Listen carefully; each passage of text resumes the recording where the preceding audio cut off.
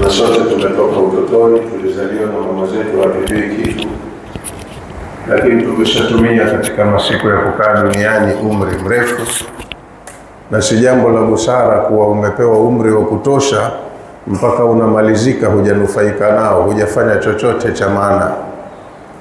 Utakuwa unastahiki kulaumiwa. Katika aya ya 185 ya sura ya pili, Allah amesema shahru ramadhana alladhi unzila fihi alquran, huu mwezi wa Ramadhani mlioambiwa mfunge ndio mwezi ambao ndani yake iliteremshwa Qur'ani. Na Qur'ani malengo yake huda linnasi, ilikusudiwa iwe ni mwongozo kwa watu, wasiishi kwa mazoea kama walivyozoea, waishi kwa kufuata mwongozo huu. Wabayinati minal huda wal furqan, na Qur'ani ni kitu cha kuwaongoza watu, kuwafafanulia upi uongofu kutokana na upotofu, lipi ni jema ulitofautishe na baya, lipi lina faida na lipi lina hasara. Hiyo ndio Furqan. Ukiisoma Qur'ani utakuwa ni mwerevu wa kujua kutumia dakika zako za maisha ya hapa duniani. Utakuwa na ujuzi wa kutosha kupanga na kuchagua lipi linanifaa na lipi halinifai kwa mujibu wa Qur'ani. Lipi litapandisha thamani yangu na lipi litashusha thamani yangu. Ukiisoma Qur'ani utakuwa unajua. Faman shahida minkum ash-shahra falyasumhu, basi mtu yoyote kati yenu utakapofika huu mwezi wa Ramadhani, yupo mjini kwake mzima ana afya, afunge. Waman kana maridan au ala safari, utakapofika mwezi wa Ramadhani mtu akawa mgonjwa au imefika Ramadhani mtu yuko kwenye safari, anastahiki ale, kwa sababu afya ya mtu ni muhimu. Na mtu kama kafunga, kajizuilia kula na kunywa, na huku yuko kwenye mikiki ya safari, itakuwa yeye kapewa adhabu. Kuabudu kwake kwenye shida hii itakuwa ni adhabu. Kwa hiyo Allah kamwambia ale kwa dharura, lakini siku atakazokula mchana ndani ya Ramadhani, fa'iddatun min ayamin ukhra, ajazirejeshe kwenye siku nyingine nje ya Ramadhani. Akataja hikma, kwa nini karuhusu wakati wa dharura ule, na kwa nini hakusamehe kwamba madamu umekula inatosha hizo ulizofunga, akasema uje urejeshe Ramadhani ikisha na dharura yako ikiondoka. Kasema hikma ya kusema hivyo, yuridu Allahu bikumul yusra, kukupeni ruhusa wakati wa shida. Allah anamaanisha anataka akufanyeni wepesi kwenye mambo aliyowaagiza, kwenye ibada zake. Allah anakupendeleeni wepesi. Wala yuridu bikumul usra, wala Allah hakutakieni mazito kwenye ibada anazowajibishia. Na sababu ya kusema dharura ikiondoka mje mlipe, hakusema basi madamu ulikuwa na dharura siku ulizokula nimesamehe. Kasema fa'iddatun min ayamin ukhra, uje urejeshe siku ulizokula kwenye miezi mingine isiyokuwa ya Ramadhani. Hikma yake hii kasema walitukmilul idda, mnaambiwa mrejeshe siku mlizokula ndani ya Ramadhani ili mukamilishe idadi ya zile siku ambazo mlipaswa mfunge. Kukamilika hizi siku ni muhimu, kwa sababu uko mbele tunapokwenda kuna ukaguzi, hivi vitu vitatakiwa vyote viwe vimekamilika.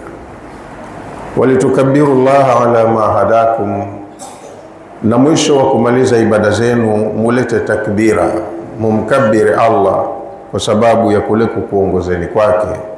Wala'allakum tashkurun, na mkifanya hivyo mtakuwa angalau mumeonyesha shukurani, mmelipa shukurani. Hiyo ni aya 185 ya sura ya pili. Lakini tumesema maudhui yetu kwa leo iko kwenye aya 3 za suratul Hashr, 18 mpaka 20. Aya 18 imeanza kwa wito wenye anwani maalum. Allah kaita ya ayyuhalladhina amanu, enyi mlioamini. Walioamini huwa ni watu kama sisi, lakini wana sifa tofauti na wengine. Maana kuna wengine wameamini na wengine hawakuamini. Kwa hiyo Allah kawaita watu wenye kuamini, na wenye kuamini wamegawanyika sehemu mbili. Kuna walioamini kwa dhati na kuna wengine wababaishaji. Katafsiri Allah kwa kusema kwenye suratu Al-Baqara aya ya 8, wa minan nasi man yaqulu amanna billahi wa bil yawmil akhir wa ma hum bimu'minin. Katika watu wako wababaifu, hudanganya wakasema sisi tumemwamini Allah na tumeamini siku ya mwisho ipo, siku ya kiyama. Lakini Allah anasema wala sio waumini kweli. Yukhadi'una Allah walladhina amanu. Wakisema hivyo wanafahamu kuwa wanamhadaa Allah. Wanafikiria wakisema mimi nimeamini na Allah anadanganyika kwa maneno yake. Wanafikiri Allah anamwangalia mtu alichosema. Huyu kasema kaamini, kumbe ni mtu wa kheri. Akisema kaamini lakini matendo yake tofauti na aliyeamini, mwenyewe huwa anaona anahadaa. Nikisema tu Allah keshanisikia, nimeamini, kwa hiyo hata nikifanya nitakacho nitakuwa natambuliwa kama muumini. Kumbe sivyo ilivyo. Yukhadi'una Allah, wakisema maneno mazuri kama hayo huwa na malengo ya kumhadaa Allah. Walladhina amanu, na wanakusudia kuwahadaa waumini. Waumini kweli wanahadaika kwa sababu ni binadamu, wana udhaifu. Ukijipamba kwa maneno mazuri ya kujinadi mimi ni muumini, Muislamu yoyote anaathirika, asema kumbe huyu ni muumini mwenzangu. Lakini muumini hasa hujulikana kwenye utendaji. Muumini akiamrishwa amri hutekeleza. Akikatazwa jambo muumini huacha, hujizuilia. Akiraghibishwa jambo muumini huwa anaraghibika, yani kuhamasishwa kwenye jambo na ukahamasika.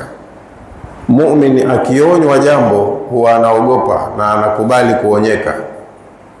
Kwa hiyo Allah akiita ya ayyuhalladhina amanu, huwa anawakusudia hawa waumini wa kweli, sio wale waumini wanaojidai waumini kumbe sio waumini. Kwa sababu waumini wa kweli ndio wanaopewa maagizo na wakawa wako tayari kuwatekeleza. Kwa hiyo Allah huwaita kwa lugha ya imani, alafu akawashushia majukumu ya utekelezaji, anawawajibishia mambo. Kwa hiyo na sisi pia tunapaswa kujiangalia. Muumini gani unaambiwa usiibe halafu ukawa mwizi? Ina maana hujaamini.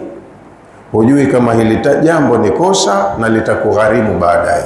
Muumini anajua madhara ya kitu kibaya atakachokifanya. Nafsi yake huwa inaogopa kufanya jambo ambalo litampelekea kwenye madhara baadaye. Muumini gani anaambiwa usidhulumu, dhuluma itakugharimu, alafu akawa anaishi maisha ya kudhulumu?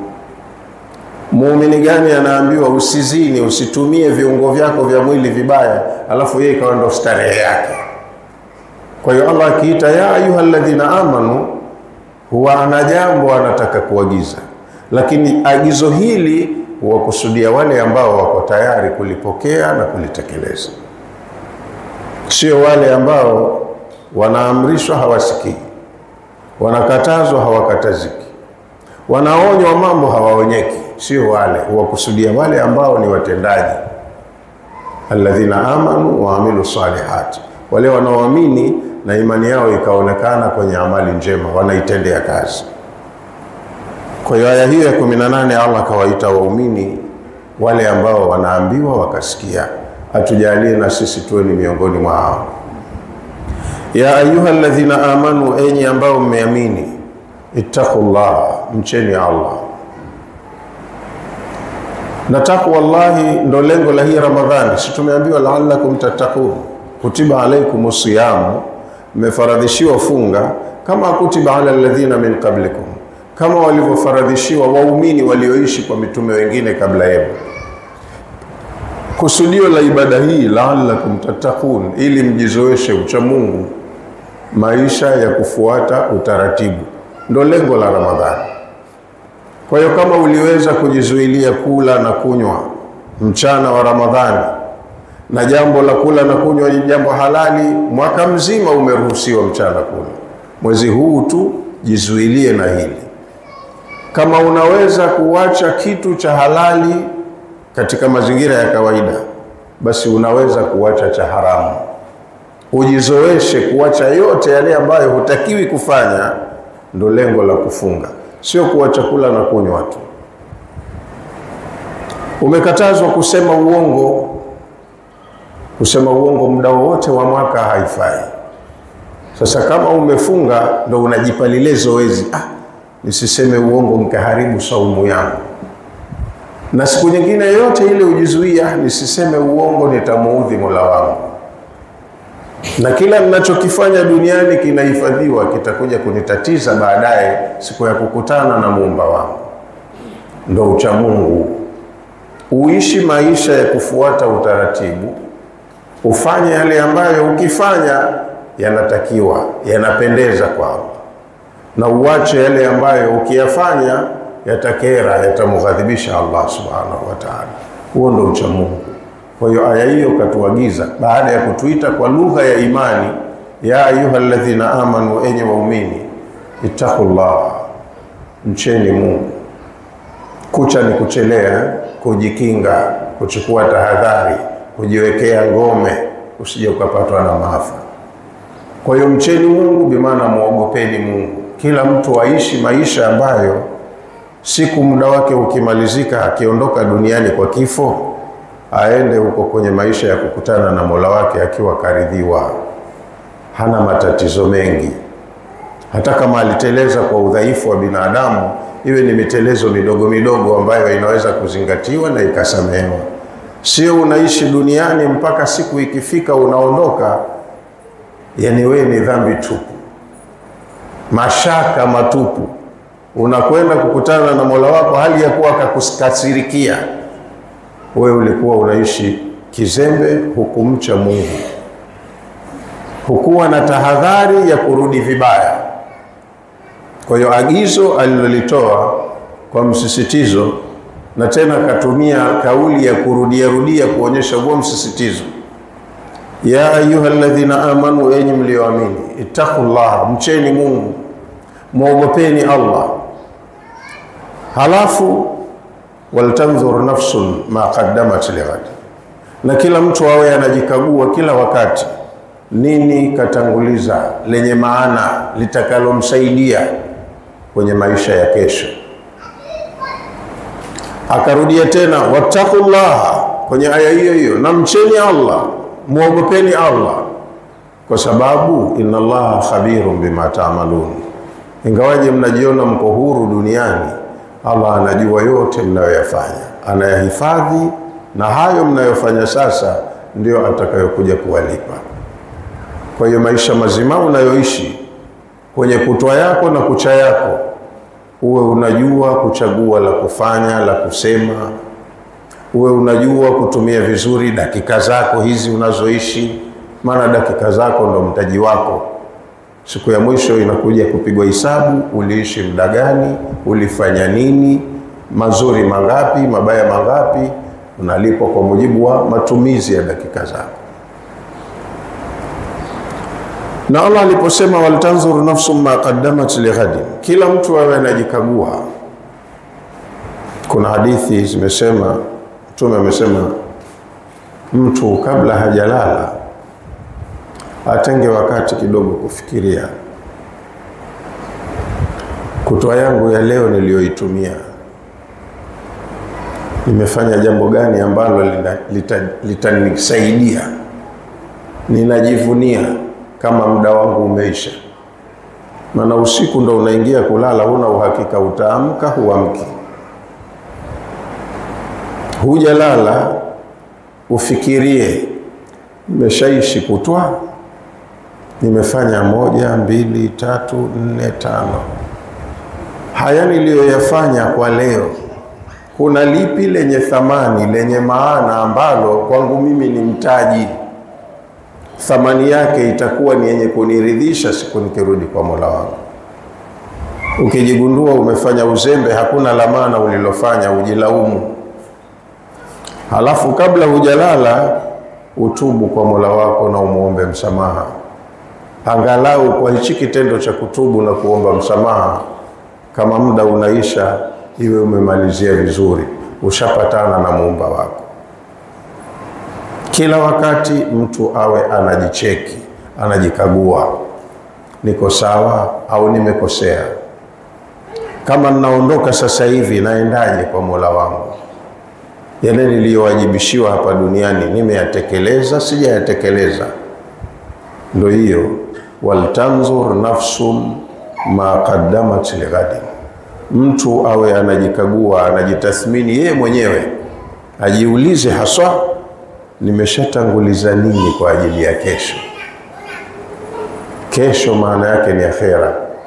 Haya maisha ya dunia, tangu dunia ilipoanza mpaka sasa hivi tulipo, mpaka itakapokusha dunia, yanahesabika mbele ya Allah kama ni siku moja. Hii ni siku ya mtihani tu. Baada ya dunia hii kuisha, ndio inakuja kesho ambayo ndio ina maisha ya milele. Ni kama siku mbili tu. Siku moja tumepewa mtihani, siku ya pili ambayo ndio kubwa na ndio lengo, hiyo ndio yenye maisha ya uhakika ya muda mrefu. Kama alivyosema, sayalamuna ghadan, kesho watajua. Kama leo hawajui, sayalamuna ghadan, kesho watajua manil kadhabul ashir, ni nani muongo mzushi. Wale watu wa Nabii Nuh walomwambia mtume wao kadhabun ashir, Allah kawaambia leo hawafahamu hapa kwenye dunia yao, lakini sayalamuna ghadan, kesho watajua manil kadhabul ashir, ni nani muongo mzushi. Kwa hiyo leo ni dunia hii tulionayo. Wenyewe tunajiona tumeishi sana, miaka mingi, lakini wallahi ni muda mchache sana. Tena mchache kwa maana ya mchache, kwa sababu muda huu unaisha. Kesho ndo siku ndefu, ndo siku yenyewe husika ambayo ina maisha ya milele, hakuna kufa tena. Huko kama utakuwa ni mtu uliyefanya vizuri ukafaulu, hakuna kuumwa, hakuna kufanya kazi, hakuna kuzeeka, siku zote uko mzuri tu, kijana tu. Huko ndo kunako maisha. Haya maisha ya hapa tulionayo si maisha. Leo mzima, kesho unaumwa. Leo kijana, kesho umezeeka. Si maisha. Maisha yako huko ya kesho. Kwa hiyo tunatakiwa tufahamu safari yetu ni ndefu na ina vikwazo vingi, inahitaji matayarisho ya kutosha. Leo uko hapa, lakini ukiondoka hapa kuna kituo kingine cha barzakhi, kinahitaji matayarisho vile vile. Barzakhi inafuatiwa na kufufuliwa, inahitaji matayarisho, kukaa kwenye uwanja wa mahshar, na hapo pana matumizi mengi. Yote yanahitajika tuyaandae hapa kwenye dunia hii tulionayo, yatatufaa baadaye. Hizi ibada tulizowajibishiwa ni muhimu sana kwa hapa tulipo, ingawaje hapa hatuoni faida yake, lakini faida ya ibada tulizowajibishiwa inaonekana baada ya kufa, kuanzia maisha ya kaburini na siku tutakapotoka makaburini na siku ambayo tutasimama kwenye uwanja huo wa kiyama kwa muda mrefu. Maana siku ya kutoka makaburini, kabla ya kuanza kuhesabu, wanatuambia mashekhe ni kiasi cha muda wa miaka 50,000 hii tunayohesabu hapa duniani. Baada ya kutoka makaburini miaka 50,000 tumesimama, Allah hajaanza kutuhukumu tena hapo, wala hakuna chakula wala kinywaji. Kwa hiyo ni muhimu mtu kuwa anatumia wakati kutafakari safari yake ndefu, mahitaji na maandalizi yanayohitajika. Muda wa kuyafanya maandalizi hayo ndo huu hapa duniani. Tusitumie dakika zetu vibaya kwa kufanya mambo ya upuuzi ambayo yanakuwa ni mazingira hatarishi kwa maisha yetu yanayokuja. Tutumie muda vizuri. Halafu aya iliyofuata ya 19, Akatuonya Allah subhanahu wa ta'ala kwa kusema, wala takunu kalladhina nasullaha faansahum anfusahum. Nyinyi waumini, kama ni kweli mmeamini, musiwe kama wale watu ambao walidharau maagizo ya Allah. Wala takunu kalladhina nasullaha, wala musiwe kama wale waliomsahau Allah. Nasu inatokana na neno nisyan. Nisyan ni kusahau, lakini neno hili likitumika kwenye Qur'ani halina maana ya kusahau kule kughafilika. Kusahau Allah anachukulia ni ile dharau, kwamba kakupa jambo, kakuagiza jambo, kakukataza jambo, wewe ukapuuza. Alilokuamrisha ukaliacha, alilokukataza wewe ukafanya, maana yake umepuuza agizo lake. Ndio asema umemsahau. Maana kama umemsahau hivi. Sasa kama nyinyi ni waumini, la takunu kalladhina nasullaha, msiwe kama wale watu ambao wameyasahau maagizo ya Allah, wakayapuuza na kuyaweka nyuma ya migongo yao. Wanaofanya kosa hili la kudharau maagizo ya Allah, fa ansahum anfusahum, Allah na yeye huziacha zile nafsi zao katika hiyo dharau. Maana yake ni nini? Maana yake ingawaje Allah kaamrisha, kakataza, kaahidi thawabu ukifanya alichokuamrisha, na kaahidi dhambi na adhabu ukifanya alichokukataza, lakini kwa sababu tuko kwenye mtihani, kama kuna jambo kakuamrisha ukakataa kulitekeleza, yeye Allah ana nguvu, lakini hatumii nguvu zake kukulazimisha. Akakwambia wewe, si nimekwambia uswali hapa, mbona unazembea uswali? Utaswali ukitaka usitaki. Uwezo wa kutumia nguvu anao Allah, kama alivyosema, wala usha Allahu la amana man fil ardi kulluhum jamia. Kama Allah angetaka kutumia nguvu zake kutulazimisha tuwe watiifu, tukitaka tusitaki, tungeamini sote katika hii ardhi. Angetaka atufanye hivyo, ingewezekana. Lakini katupa akili, akatuandaa vyema, akatuacha tuko huru, akatupa khiari. Tunatumia uhuru na khiari vibaya. Sasa jambo kasema hili fanya, na faida yake kakupa, utapata faida hii. Wewe kwa akili yako ukasema mimi sijaiona hiyo faida, halina maana na mimi unaliacha. Hii ndo kusahau kwenyewe, ambao ni kudharau. Allah anasema ukidharau fa ansahum anfusahum, wenye kudharau Allah huwaacha kwenye hiyo sahau yao. Ukilidharau ambalo yeye kaliona ni muhimu, wallahi hakulazimishi kwa nguvu yake ulifanye. Utaendelea kulidharau leo na kesho mtondogoo mpaka muda wako unaisha, hujalifanya. Yeye anaweka kumbukumbu tu, mja wangu nimemuagiza jambo kanikatalia. Mtihani wako hapo unakuwa unaenda kwenye failure, umefeli. Kakukataza jambo, kakupa na madhara yake, akakutolea na mifano ya wenzio waliopita kabla yako walifanya kosa kama hilo na adhabu waliowapa, na wewe unaishi juu ya ardhi hii unarudia makosa yale yale. Jambo limekatazwa, wewe mwenyewe tu kwa sababu nafsi yako imelipenda unalifanya. Ukilifanya jambo lililokatazwa, aliyekukataza hatumii nguvu yake kukulazimisha uliwache. Utaendelea kulifanya shughuli yako mpaka muda uishe. Yeye anachofanya ni kutunza kumbukumbu tu, mja wangu nimemkataza jambo kwa faida yake mwenyewe, kanikatalia. Sasa siku ukiondoka hapa, ndo unaona madhara ya kuamrishwa ukakataa kutekeleza, au kukatazwa ukafanya ulilokatazwa. Siku ya roho kutoka, ndo unaona madhara yake. Alichokifanya Allah, wewe uliposahau kakuacha kama ulivyo kwenye sahau yako. Wewe ulipoyapenda aliyoyakataa, kakuacha kama ulivyo na mapenzi yako. Wewe ulipochukia aliyokuamrisha, kakuacha kama ulivyo na chuki yako. Wewe si ukupenda, sawa, yeye anatunza kumbukumbu tu.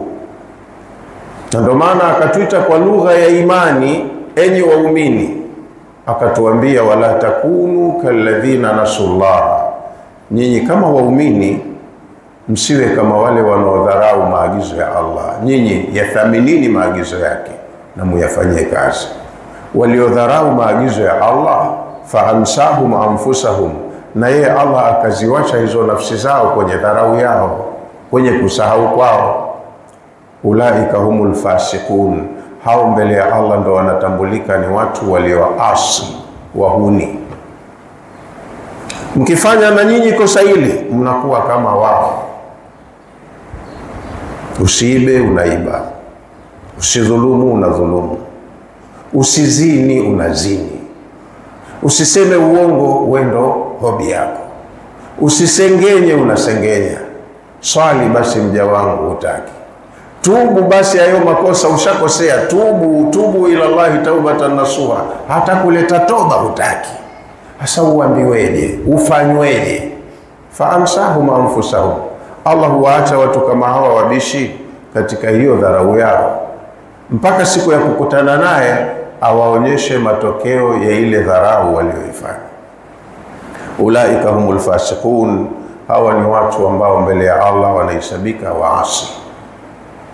Wameishi kwa kutokufuata utaratibu, wamekwenda kwa Mola wao wakiwa wamekosea, na kama unaenda hivyo umekosea, unalipwa matokeo ya makosa yako ambayo hayakuwa kwa bahati mbaya, ni makusudi umefanya. Mtume kaletwa, kitabu cha mwongozo kimekuja, aya zake zimesomwa na ukazielewa, lakini mwenyewe kwa makusudi ukaamua kufanya tofauti, ukafanya kile roho yako inachopenda. Watu wa mjini wasema anafanya kitu roho inapenda. Kwa hiyo kama unafanya kitu roho inapenda, wewe fanya tu, hakuna atakaye kulazimisha uache. Kama yale unayoamrisha unayoona magumu au hayana maana, wewe awache tu, hakuna atakaye kulazimisha ufanye. Lakini siku zako za kukaa hapa zinahesabika, na muda ukisha unaondoka.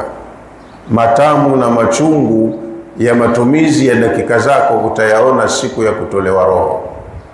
Maana siku ya kufa mtu anakuwa na akili nzuri, yote huwa anayafahamu. Kama alivyosema Saidina Ali, annasu niyamu, watu hapa duniani tunakuwa kama tumelala vile. Tuko hai, tumacho, lakini kiuhalisia hapa duniani watu tunakuwa kama tuko usingizini. Faidha matu ntabahu, pale wakifa watu ndo wanatanabai. Anaona mtu makosa aliyoyafanya, hasara iliyomkabili, mazingira magumu anayokwenda kukaa, pale ndo anaona. Idha matu, wanapokufa, intabahu, ndo watu wanatanabai. Wa idha ntabahu nadimu, wakitanabahi, kila mtu pale huwa anajuta, lakini majuto hayasaidii kitu. Wa idha nadimu la yanfa'u nadam, wakijuta baada ya kuishi, baada ya kuondoka maisha haya, majuto baadaye huwa hayana manufaa, hayamsaidii. Kwa hiyo tubu, utubie, omba msamaha. Ukijisikia umekosea, omba msamaha. Na kutubu kwa Allah maana yake ni jambo lisilotakiwa. Siku ukisema nimetubu, usilifanye tena, na wala lisipite katika roho yako ukawa unalishangilia, unalishabikia. Masharti ya toba ni matatu makuu. Kwanza ni kuacha kosa. Kembe ile jambo kosa alifai, achana nalo hata kama umelizoea na unalipenda. Kosa lako ni kupenda kitu ambacho Mola wako anakichukia, unakinzana naye, amuelewani. Sasa hakitakiwi na unajua hakitakiwi, achana nacho. Hata kama unakipenda, umekizoea, achana nacho mara moja. Hiyo ndo sharti ya kwanza ya toba. Kutubia kosa ni lile kosa kuliacha, ujivue nalo. Sharti ya pili, uwe unajuta katika nafsi yako, kwa nini nikafanya kosa hili? Kwa sababu kama hujuti, moyoni mwako yanabakia yale mapenzi ya kitu ambacho kwa Mola wako kinachukiza.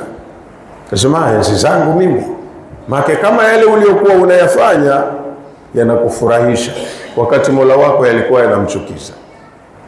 Sasa futa kabisa moyoni mwako mapenzi ya kitu kinachochukiza, na ujute kwa nini ulifanya kitu kama hicho. Allah akikuona kutoka moyoni umejitakasa, hapa ndo anakuwa yuko tayari kukusamehe. Na sharti ya tatu, utie nia madhubuti kwamba jambo hilo hutofanya tena kwenye maisha yako.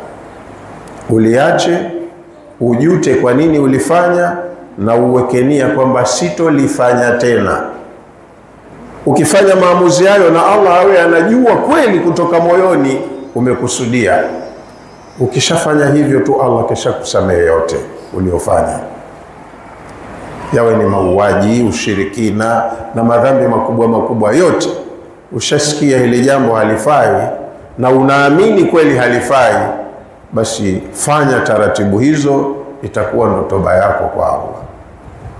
Jingine katika masharti la ziada au la nyongeza, kama ulikuwa ni dhalimu, umedhulumu haki ya mtu, na siku ulipofanya maamuzi hayo ile haki unayo, unatakiwa umrejeshee mwenyewe. Pengine jana uliiba lakti ya mtu ya dhahabu, ukaja ukafahamishwa ubaya wa wizi, lakti ya watu unayo, mwenyewe anasikitika uko aliko. Toba yako ili ikamilike, hii haki ya mtu mwenyewe umrejeshee. Kama utamrejeshea wewe mwenyewe physically, utamtuma mtu, jamani kanitakieni radhi, mpeni kitu chake, mradi umrejeshee mwenyewe, uondoshe yale masikitiko yake, na wewe ndo uwe msafi, umkabili Mola wako akusamehe. Ni hayo tu masharti ya toba. Kwa hiyo Mtume sallallahu alaihi wasallam alisema kuhusiana na aya hii, ya ayyuhalladhina amanu taqullaha wal tanzur nafsun ma qaddamat lighadin. Akasema hii mtu kukaa akajifikiria jema gani kesha tanguliza kwa ajili ya kesho, ni jambo muhimu katika maisha ya muumini. Lakini anasema almar'u baina alajalaini, mtu yeyote huyo ambaye huwa anajifikiria, akikaa pahala kujifikiria, anakuwa yuko baina ya vipindi viwili vya wakati. Ajal ni muda, kwa hiyo kuna muda wa aina mbili, na wewe ndo umekaa katikati hapa, kama ni kitandani kwako, juu ya kochi, juu ya msala, umekaa unafikiria, hivi mimi tangu nije duniani nishasoma sana kwenye Qur'ani sifa za watu wema, mema walioyafanya ambayo Allah kawasifia. Mimi ninafananaje na hawa watu? Nimefanya lipi la maana? Kuna watu yako wamefanya yakasifiwa, tunatakiwa tuwaige. Hasa hawa wamefanya hichi, mie nimefanya nini? Umefahamu? Utajikuta ulichokifanya. Madamu upo duniani hapa, hujakaa bure, kuna mambo mengi unafanya wewe mchana na usiku. Sasa hayo unayoyafanya yote ndo amali zako. Jiulize, hizi amali zote nilizofanya tangu nije duniani, muna zamana zozote za kunisaidia nikiondoka duniani? Kwa hiyo hapa kuna kitu kinatuongoza, almar'u baina alajalaini. Mtu huyu anayekaa kujifikiria akhira yake na dunia yake, pale alipokaa kitako, anakuwa kakaa baina ya vipindi viwili vya wakati. Baina ajali ma qad mada, yupo baina ya muda aliyokusha kuutumia. La yadri ma Allahu qadin fihi, na huwa hajui mtu yoyote muda aliyoutumia Allah kamhukumia nini, kapatia kakosea, anaenda janna au anaenda jahannam, karidhiwa au kakasirikiwa, hakuna mtu anayejua. Hata hawa watendaji wanaotenda mema wanatenda, akesha mtu anajiuliza, sijui kama amali yangu imekubaliwa. Maana inawezekana umeingiza kitu kikabatilisha amali yako. Sasa unajitahidi kufanya kwa ikhlasi, lakini usiwe na overconfidence, ukajiamini sana kwamba mimi ni mtu wa peponi tu, na ngojea nife nende peponi. uweke na upande wa pili tahadhari, sijui kama nilichofanya kimekubaliwa.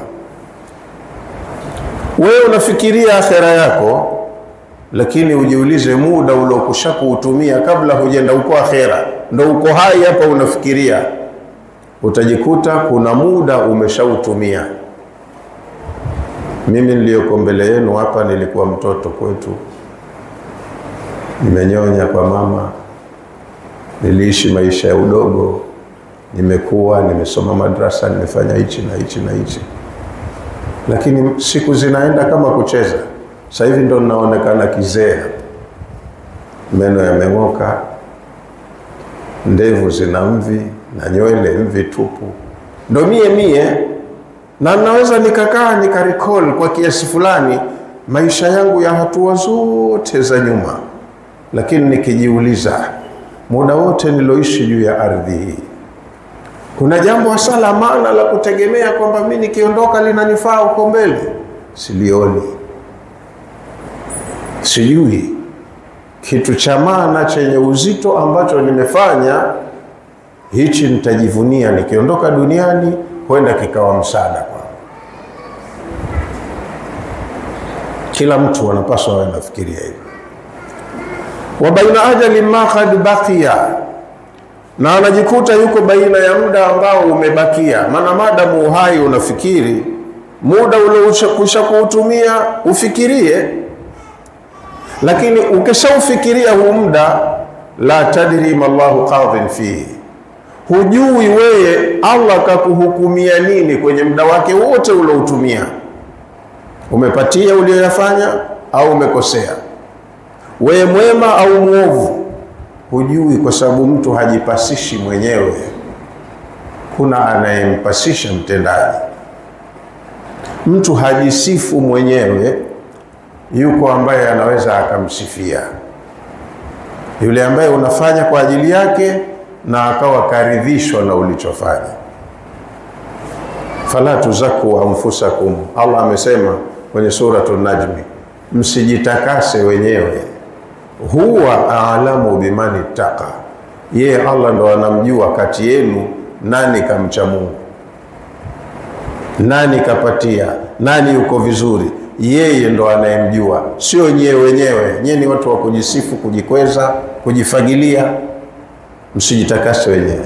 Kwa hiyo muda ulioutumia hujui Allah kauchukuliaje, umefanya vizuri au umeharibu. Wa baina ajali ma qad baqiya, na utajikuta huko baina ya muda uliobakia, muda uliotumia na uliobakia. Kama umekaa uhai unafikiri bado muda upo, ndo mauti hayajakufika, hata kama dakika 5 ziko mbele, ni muda huo na ni muhimu sana kwako. Lakini siri iliyopo, ajalu ma qad baqiya, muda uliobakia, la yadri ma Allahu sani'un fihi. Huyu mja anayefikiria muda uliobakia huwa hajui nini Allah atamfanyia. Muda uliopita ushafanya mengi, lakini hujui kama yamekubaliwa, yatakupeleka pema. Na muda uliobakia hujaufika, hujautumia, lakini hujui Allah kakupangia kukupa mtihani gani. Wengine huwa wanaanza vizuri, kazaliwa Muislamu, kalelewa Kiislamu, kasoma madrasa, si mjinga, anajua kila kitu, akaishi muda mrefu katika kufanya mambo kwa mujibu wa maadili mema ya dini, kwa sababu ndivyo alivyolelewa. Lakini Allah baadaye akaja akampa mtihani ukasababisha aharibike. Pengine alikuwa mnyonge nyuma, maskini, hatua za mwisho huku utu uzimani akaja akapata neema ya mali, akawa tajiri. Utajiri sasa ukampa batara, akasema nimepoteza muda wangu mrefu, sasa hivi ndo muda wangu wa kustarehe. Anastarehe uzeeni, akaacha ibada, akaacha ikhlasi wakati wa kutenda mambo yake, akawa ni mtu wa vurugu na fujo mpaka mauti ghafla yanamnyakua. Kama alikuwa ana tabia hii ya kufikiria matumizi ya muda wake, muda mwingi wa nyuma kautumia vizuri, anaweza akajipa moyo, lakini anakuja kupewa mtihani mwishoni unamuharibia yote mazuri aliyoyafanya, na mtu huhukumiwa vile anavyomalizia. Sasa kama ulioutumia hujui umechukuliwaje, na unaokuja hujui utapewa mtihani gani, panahitaji umakini mkubwa sana. Huu muda ulioutumia na hujui ukoje, ulete toba sana na istighfari. Na muda uliobakia hauja kufika mitihani yake, umuombe sana Allah msaada na uchukue tahadhari. Uwe na umakini wa kupanga na kuchagua lipi linafaa, lipi halifai. Usije ukaingia kwenye mtego kama sasa hivi tunaingia kwenye mambo ya kisiasa. Jaza fomu, tunakupenda uwe mbunge wetu, tunataka uwe hivi, uwe hivi. Sasa hivi uko 5 salawati, unakuja madrasa, wengi wako kwenye mambo yao sasa hivi na starehe zao. Wewe unajitahidi kwenda kwenye majalisi za kheri. Ukihisi hili wanaloniitia litaniharibia, hata kama unaliona ni zuri, waambie kwa hili si saizi yangu, siliwezi. Kwa tahadhari tu, usije ukamwasi Mola wako ukamalizia muda wako vibaya. Maana ukichukuliwa na kundi la watu wenye tabia zao wenyewe wanavyojuana, wana sera zao, wana dira zao, wewe huwarekebishi wale watakurekebisha wewe uishi wanavyotaka. Mmenifahamu vizuri? Huwezi kusema mimi mtu na akili yangu timamu. Wanaopotoka wote wanakuwa na akili zao timamu, wasomi na kila kitu. Kwa hiyo wewe mwenyewe uwe na umakini wa kujua hili jambo nalimudu, hili jambo silimudu, hili jambo kwangu lina kheri, hili lina shari. Ujue kufanya maamuzi sahihi kwa kutafuta radhi ya Allah na kutengeneza mazingira ya kumalizia muda wako vizuri. Hapa duniani tunapita tu, na mwisho wa safari ni kifo. Tunaondoka duniani kwa kifo, lakini kifo sio mwisho. Kuna vituo vingi tunavyopita mpaka ufike kwenye kituo cha mwisho kabisa, aidha peponi au motoni. Wala takunu kalladhina nasullah, wala nyinyi waumini msiwe kama wale waliodharau maagizo ya Allah, bimaana msiyadharau, mwefanyie kazi. Faamsahum anfusahum, waliodharau maagizo ya Allah na yeye akawaacha katika ile dharau yao. Wamesahau na yeye kawasahau, ndo maana yake. Si umesahau basi na mimi nabakia kukuacha katika sahau yako. Ulaika humul fasiqun, hao ni watu walioasi kwa Mola wao. Na aya ya mwisho katika 3 nilizosema nitazisoma inasema la yastawi ashabun nari wa ashabul janna, hawawi sawa sawa watu wa motoni na watu wa peponi. Usawa gani? Hapa duniani tumechanganyika, waumini na makafiri tuko hapa, tumechanganyika, tunaamiliana, tuna kila kitu. Lakini inawezekana mtu kafiri anatenda maovu akasema mimi hata nikirudi kwa Mungu wangu mambo yangu yatakuwa mazuri hivi hivi. Wala irji'tu ila rabbi inna li 'indahu lal husna, si mnaniona nilivyo hapa, mimi mheshimiwa, mimi na mali na hivi, nyota njema huonekana asubuhi. Kwa hiyo mimi hata nikifa hivi vitu vyangu ninaenda navyo huko akhera, huko nitakuwa mheshimiwa vile vile. Inatengenezeka picha kwamba huyu mtu ambaye hapa duniani mnyonge, hana maisha, huyu hata tukirudi kwa Mungu anakuwa hivyo hivyo. Kwa hiyo watu wengine wanadhana ya kwamba kama hivi tulivyo hapa duniani na huko akhera ndo tunaenda kuwa hivi. Kama kufufuliwa kupo, maana haamini vizuri, kama kupo kufufuliwa, basi mimi na maisha yangu bwana, sibabaiki, mimi na mali zangu. Wewe una mali uipate wapi na unaenda na sanda tu peke yake kaburini? Mali unawaachia wengine wanarithi huko, wanavuruga. Kwa hiyo Allah anachotutahadharisha, la yastawi ashabun nari wa ashabul janna, hawawezi kuchukuliwa sawa sawa. Watu wanaostahiki kwenda motoni na watu wanaostahiki kwenda peponi mchukulie sawa sawa. Afahasiba alladhina ijtarahu sayyiati, kwenye aya nyingine ya suratul Jathia Allah anasema afahasiba alladhina ijtarahu sayyiati, hivi wanadhania wale watu wanaoishi kwa kujichumia makosa tu hapa duniani, wanahisi annaj'alahum kalladhina amanu wa amilu salihati, kwamba na wao nitawajalia sawa sawa kama hawa wanaojituma katika imani yao na kufanya mema. Hawa wanafanya maovu lakini wanajipa moyo wataenda peponi. Wanafikiria hawa nitawachukulia sawa sawa na hawa ambao wameamini maagizo yangu na wakayafanyia kazi. Saa ma tahkumun, mnahukumu vibaya. Hivyo mnahukumu vibaya, kwamba duniani wewe uliokatazwa umeyafanya yote, umeamrishwa ulioamrishwa na ukahimizwa ukayaacha yote, lakini bado unajihesabu ni mwema na huna wasiwasi, unafikiri unaenda mahala salama. Wewe na huyu aliyejituma kufanya mema muwe sawa sawa? Inaingia akilini hiyo? Ndio Allah akasema saa ma tahkumun, hisabu zenu mbovu, mnahukumu vibaya.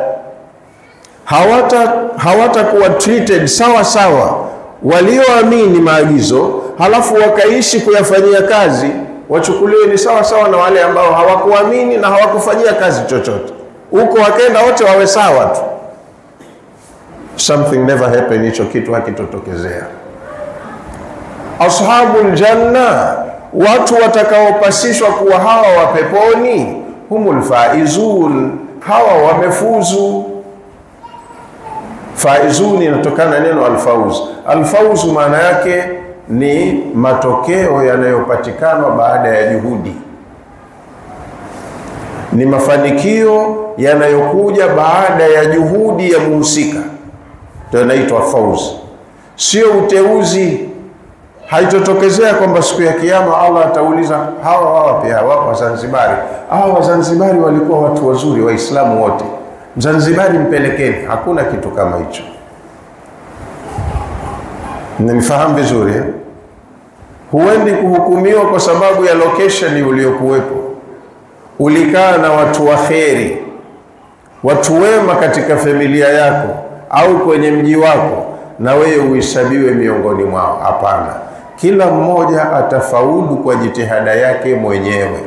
Ashabul jannati humul faizun, watu watakaostahiki kwenda peponi baada ya ukaguzi mpana wa matendo yao, matumizi ya muda wao duniani, wanakutikana wametumia dakika zao vizuri na wameyafanya kwa kiasi cha kuridhisha yale maagizo waliopewa. Hawa ndo wamefaulu. Hawaendi peponi kwa uteuzi wala kwa sababu ya kuzingatia familia zao. Na mifano ya hayo imo mingi kwenye Qur'ani, lakini nitoe mifano miwili na nimalizie mada yangu kwa leo. Mifano miwili imo katika suratu Tahrim, aya zake za mwisho ni aya ya 10 mpaka ya 12. Sura ile ina aya 12. Kwa hizi aya zake za mwisho ndo zinatupa mifano ya watu. Daraballahu mathala lilladhina kafaru, Allah amepiga mfano wa watu makafiri, watu waliokufuru. Mfano huwa unawasaidia sana waumini kwa sababu wanapata mazingatio, na kwenye mazingatio watu huwa wanawaidhika, wanapata mawaidha. Ndio Qur'ani ikaja na mifano, ikatoa visa vya watu wa zamani, vyote vina msaada kwetu. Kama tunazingatia tunapata mawaidha. Daraballahu mathalan, Allah amepiga mfano, uzingatiwe vizuri. Lilladhina kafaru, mfano wa watu waliokufuru. Maana yake anamaanisha makafiri wa kupigiwa mfano katika dunia hii ni watu hawa: imra'ata Nuhin wa imra'ata Lutin, ni wanawake hawa. Makafiri wa kupigiwa mfano ni wanawake hawa wawili, mke wa Nuhu na mke wa Lut. Nuhu na Lut ni mitume wa Allah subhanahu wa ta'ala, wametumwa kuja kuwaongoza watu hapa duniani. Wake zao, companions wao, walikuwa ni makafiri. Si makafiri kwamba wamesema hakuna Mungu au wamemkanusha mtume. Aya inajieleza yenyewe, tuisikilize kwa makini. Hawa wameitwa makafiri si kwamba walikuwa wametoka nje ya ndoa wakafanya kuwasaliti waume zao. Kuna kitu wamefanya, hichi ndo kimetafsiriwa ukafiri. Mraata Nuhin wa mraata Lutin, mke wa mtume Nuhu na mke wa mtume Lut. Hawa Allah kawapigia mfano kwenye ukafiri kwa sababu kanata tahta abdaini min ibadina salihain. Hawa walikuwa ni wake wa ndoa, wako chini ya himaya na uongozi wa waja wetu wawili miongoni mwa waja wema, mitume. Kosa lao fakhanatahuma, wamewafanyia khiana waume zao. Fakhanatahuma, wanawake hawa wawili waliwafanyia khiana waume zao. Hawakuishi kwenye zama moja, hawa wameishi zama tofauti. Nuhu katangulia huko zamani, Lut ikaja hii miaka ya karibuni wakati wa Nabii Ibrahim alayhi salam. Lakini matendo yao yamefanana, ndo wakatumika kupigiwa mfano, na sisi tujifunze kwa huo mfano, tusiwe katika mfano mbaya. Wamewafanyia khiana waume zao, falam yughniya anhuma min Allahi shay'a. Kile kitendo cha kuwa hawa ni wake wa mitume, wake wa watu watukufu, hakikuwasaidia chochote mbele ya Allah. Waqila dkhula an-nara ma'a dakhilin, hawa wote baada ya kufa wameambiwa nyinyi ingieni motoni pamoja na wenye kuingia. Kwa hiyo kama mtume Nuhu alikuwa na mke wake mmoja, ndo huyo kamkosa peponi, anaenda Nuhu peke yake. Bwana mwema anaenda peponi, bibi muovu anaenda motoni. Sasa mashekhe wanasema hili neno fakhanatahuma khiyanatun fi dini. Hawa wanawake wamewakhini waume zao si kwa kutoka nje ya ndoa, wamewafanyia khiana kwenye dini. Huyu mume ni mtu wa dini, ana jukumu la kusimamia mambo ya kheri yaliyotumwa na Mola wake. Mke hakuwa na ushirikiano na mume wake kwenye majukumu yake ya kazi, walikuwa wanapingana. Kuna kisa kimesimuliwa cha nabii mwingine, Nabii Yunus kama sikosei, sio Yunus, ni nabii, atakuwa Yunus au Ayub. Alipata mke mmoja mkorofi mpaka watu waumini wa kawaida wanamwambia, ya Nabii Allah, inna hadhihi almar'a la tasluhu laka bibali. Ewe nabii wa Allah, mke kama huyu mbona hakufai? Huyu sio kufu yako, kwa nini unang'ang'ana kukaa naye tu? Akawa jawabu zake anawaambia, mimi nimemuomba Allah subhanahu wa ta'ala anipunguzie mitihani kama mitihani aliyowapa wenzangu, na akaniambia kama unataka upunguziwe mitihani basi muoe mwanamke fulani. Yani kupunguzo kubwa la mitihani yako litakuwa katika kustahamili kuishi na mwanamke huyu. Allah kaumba mwenyewe, anajua viumbe wake. Kwa hiyo kamuoa huyo mwanamke, mke wake wa ndoa, lakini aliyomfika bora hiyo mitihani waliopewa wenziwe. Maana mwanamke mropokaji, akiwa na lake halisemei ndani, anasema nje, na wakati mwingine anamshambulia mumewe hadharani. wakati kuna watu ambao wanamheshimu, wanajua huyu ni nabii wa Allah. Mwanamke anakuja anaambia, anta alladhi tazumu annaka nabiyyu, wewe ati unadai mtume mbele za watu.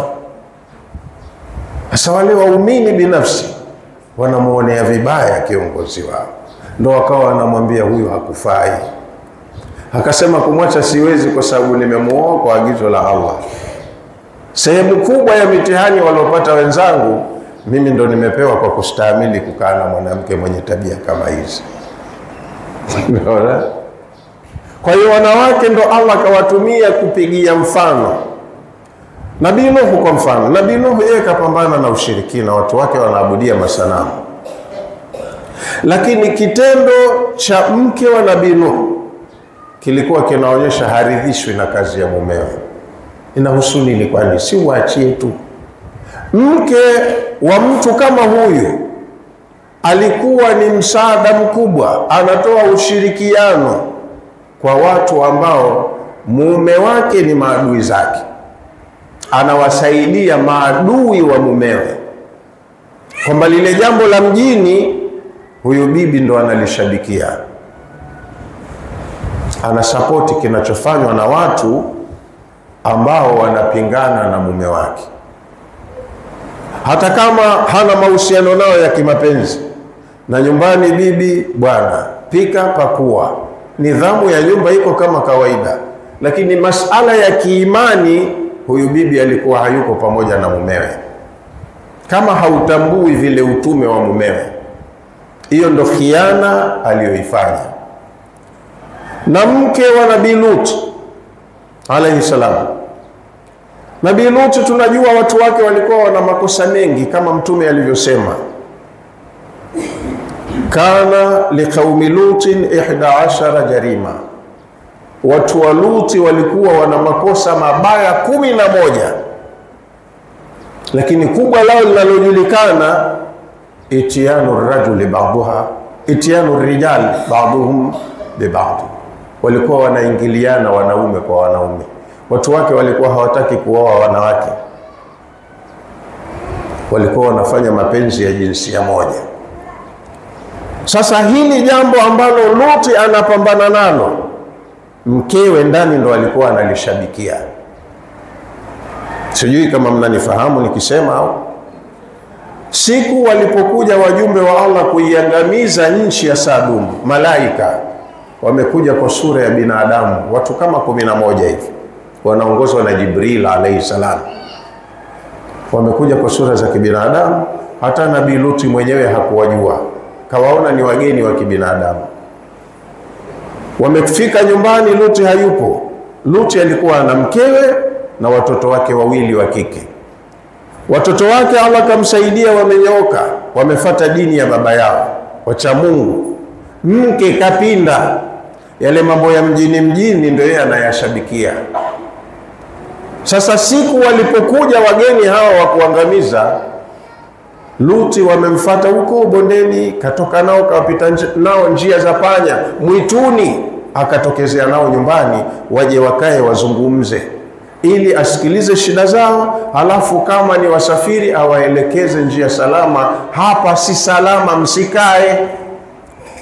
Basi Luti kaingia nyumbani na wageni wake, mke wake katoka kwa mlango wa nyuma huyo, kaenda vijiweni huko kwa mababe, akaenda akawaambia, jamani, leo nyumbani kuna wageni, mtafaidi kweli kweli, watoto wazuri, sijapata kuona mfano wake.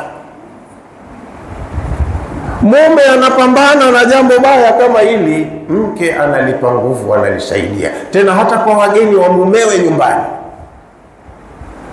Mmeona hiyo picha? Kwa hiyo hawakustahiki, sio pea sahihi mke kama huyu kuwa chini ya mume kama huyu. Kwa hiyo Allah akawaambia, udkhula an-nara ma'a dakhilin, nyinyi ingieni motoni pamoja na wenye kuingia. Hawakuwa wake sahihi wa watu kama hao.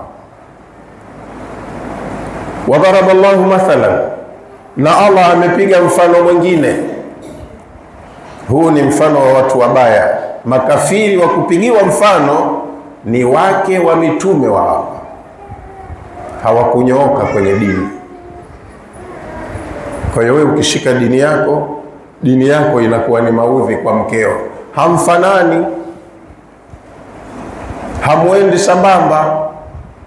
Au mke kashika dini, mume dini ya mkeo anaiona ni tatizo, hawako sambamba.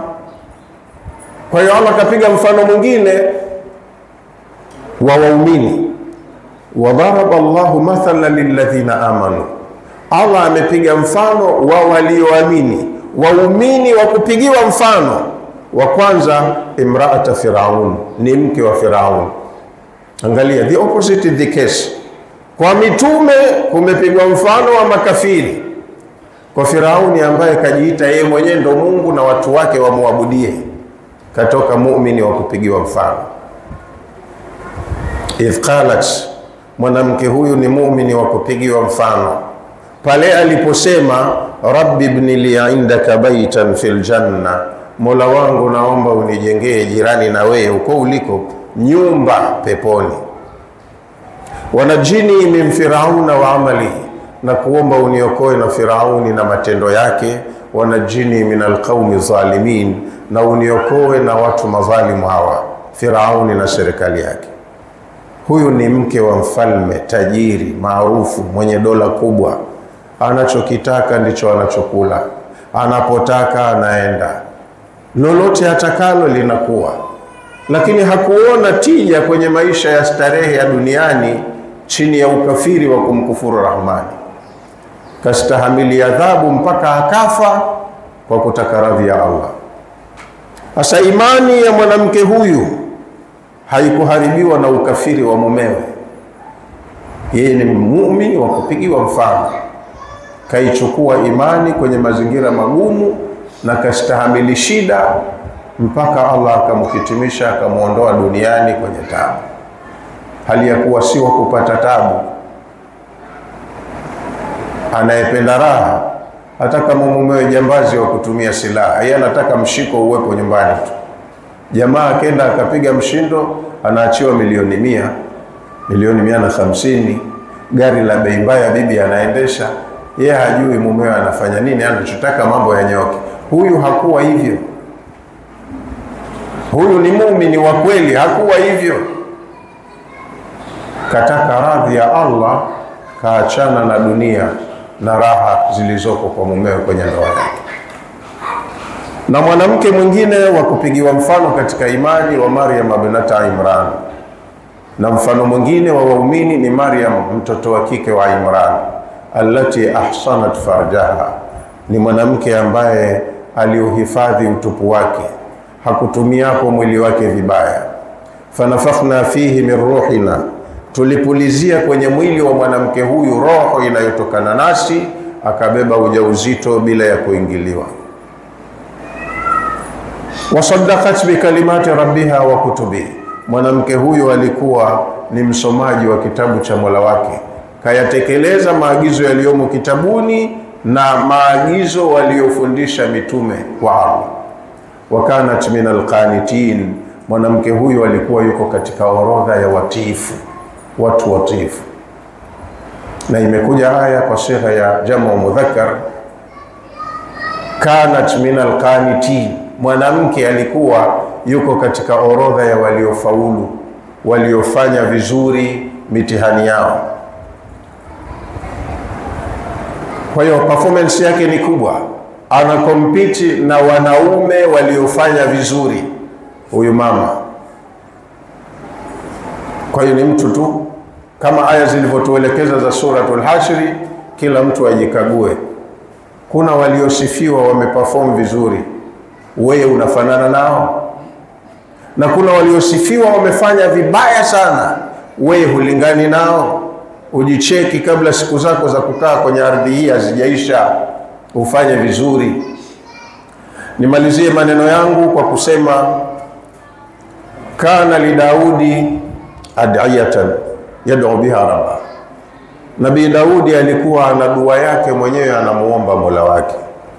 Nabii Daudi alipata wadhifa katika umri wake wa ujana, na Nabii Daudi Allah kamrundikia vipaji vingi mahala pamoja. Alikuwa mfalme, halafu kapewa utume. Alikuwa msomi na alikuwa tajiri. Alikuwa na utajiri mkubwa ambao aliupata kwa kazi ya kufanya kwa mkono wake mwenyewe, sio mali ya kunyang'anya. Daudi alikuwa yuko vizuri. Lakini Daudi katika umri wake huo mdogo, kwa imani yake na tauhidi aliyokuwa nayo, alimuomba Mola wake maombi 8. Kasema, Allahumma inni as'aluka arba'an wa a'udhu bika min arba'in. Mola wangu ninakuomba mambo 4, unipe 4. Na ninajikinga kwako na mambo 4. Haya 4 niepushie. 4 nipe, 4 usije ukanipa. 4 aliyoomba Daudi kasema, as'aluka lisanan dhakira wa qalban shakira wa badanan ala albala'i sabira wa zawjatan tu'inuni ala umuri dini wa dunyaya. Mambo 4 aliyoomba. Mola wangu ninakuomba unipe ulimi utakaokuwa unakutaja wewe mara kwa mara. Sisi ndimi zetu zinaimba tu nyimbo za Zuchu, za nani, wengine husema za Kihindi, wala hilo lugha haijui, lakini kazikariri nyimbo anaimba za Kihindi, za Kizungu, za hivi. Ndio hobi yake. Kumbe kuna maneno yana faida kubwa tu, yana thawabu nyingi tu, mepesi sana, lakini huwa yanadharaulika. Mtu haoni faida yake, anakwenda kushughulika kuutumia ulimi wake kutamka kwa muda mrefu maneno ya kipuuzi yasiyo na maana yoyote. Daudi kaomba ulimi wake uwe unamtaja Allah mara kwa mara. Huyo mtu mwanamume na shughuli zake ana mengi, lakini kipaumbele chake ni hicho, lisanan dhakira. Nipe ulimi utakaokuwa unakutaja wewe Mola wangu mara kwa mara. Wa qalban shakira, naomba unipe na moyo wenye shukurani. Moyo wangu una shukurani. Au mapokezi mengine imekuja wa qalban khashia, nipe moyo mnyenyekevu utakaokuwa unakubaliana na matakwa yako. Moyo wangu upende kile ambacho wewe unapenda. Na la 3 akasema wa badanan, na kuomba unipe mwili ala albala'i sabira, utakaokuwa na uwezo wa kustahamili shida, tabu, adhabu. Daudi alikuwa mwanajeshi. Tangu umri wake wa udogo ni mwanajeshi, na nchi yake mara kwa mara inaingia vitani. Sasa vita silele mama. Askari huyu kaomba Allah ampe mwili wa kikomando utakaokuwa kwenye mikiki yoyote ile ya shida unavumilia. Kama huna mwili wa kuvumilia, utasema dini yenyewe kama ndio hivyo, mie basi bana naachana nayo. Asiwezi shida. Kaomba apewe mwili utakaostahimili mazingira ya kazi yake. 3 hayo. Lakini la 4 kaomba wa zawjatan, ninakuomba unipe mke tu'inuni ala umuri dini wa dunyaya. Nipe mke atakayekuwa ni msaada kwangu kwenye mambo yangu ya dini na mambo yangu ya dunia. Tukipanga na kujadili masala ya ibada, mke wangu tuwe tuko pamoja, anapenda. Sio simama tuswali, swali nimejichokea hapa. Tumeza kutwa na haki. Hata wakati kukaa tu ukasema kidogo na Mola wako, hasina time hiyo, niachie, nimechoka. Hakutaka mke wa aina hiyo Daudi. Kasema nataka unipe mke tu'inuni, al-i'ana ni msaada. Nipe mke msaidizi, awe ni msaidizi wangu ala umuri dini, kwenye mambo yangu ya kidini, wa dunia na mambo yangu ya kidunia. Kama nilivyosema, alikuwa ni mtu tajiri. Kwa hiyo kwenye masuala ya mali, biashara na uchumi anisaidie tushirikiane. Kwenye mambo ya ibada, tukija kwenye miamala ya ibada, anisaidie tuwe tuko pamoja. Nataka unipe mke ambaye mimi na yeye tutakuwa ni pair inayoendana. Ukipata tofauti ndio yatakuja kuwa kama hayo ya Nuhu na Lut. Mmenifahamu vizuri? na Mtume katuhusia kuhusu suala la ndoa. Kawahusia wanaume na kawahusia wanawake. Wanaume wakitaka kuoa, Mtume kasema chagueni mwanamke mwenye dini. Kwa hiyo hivi kutafuta mchumba usiangalie figa, uzuri wa sura na shepu, utakuja kwenda mchongo. Tabia na dini yake ndio vipaumbele. Na wanawake wanakija wachumba, usiseme tu riziki imekuja. Kipaumbele ukaangalia ana pesa au hana, ana gari hana.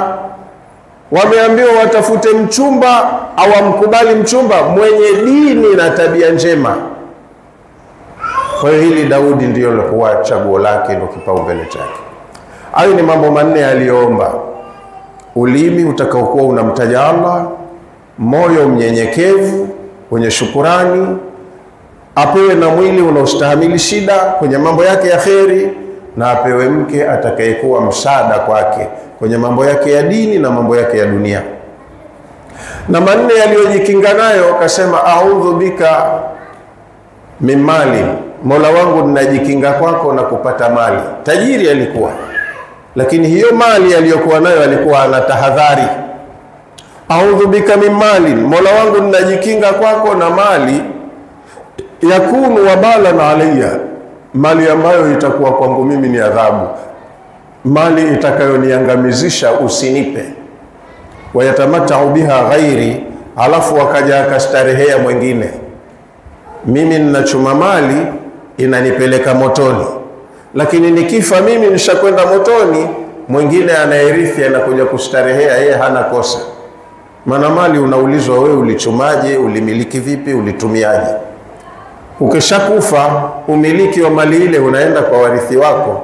Warithi wakirithi hawaulizwi mali imechumwaje, haiwahusu wao, wamerithi. Kwao itakuwa ni halali yao. Kama wewe uliiba ukawaachia watoto mali ya kuiba, kesi ya wizi wa mali ile hawataulizwa watoto, unaulizwa wewe ulioiba. Wewe ulinyang'anya, halafu ukafilia mbali na unyang'anyi wako, watoto wamerithi mali yako. Watoto hawana kosa, wamerithi kwa baba. Kesi ya unyang'anyi wako itakukabili mwenyewe. Kwa hiyo Daudi kajikinga na hilo kwa Allah. A'udhu bika min mali, Mola wangu ninajikinga kwako na kuja kupata mali ambayo yakunu wabalan alayya, kwangu mimi itakuwa ni maangamizi. Wayatamatau biha ghairi, lakini watakuja kustarehea wengine. Usije ukanipa mali kama hiyo, mimi nipeleke motoni wastarehe wengine, sitaki. Wa a'udhu bika min waladin, na ninajikinga kwako na kupata mtoto yakunu alayya sayyida, mtoto ambaye atakuwa kwangu mimi ni bwana. Na sasa kwa umri tulionao haya mambo ni mengi maarufu. Mtoto ana sauti kwa wazazi wake.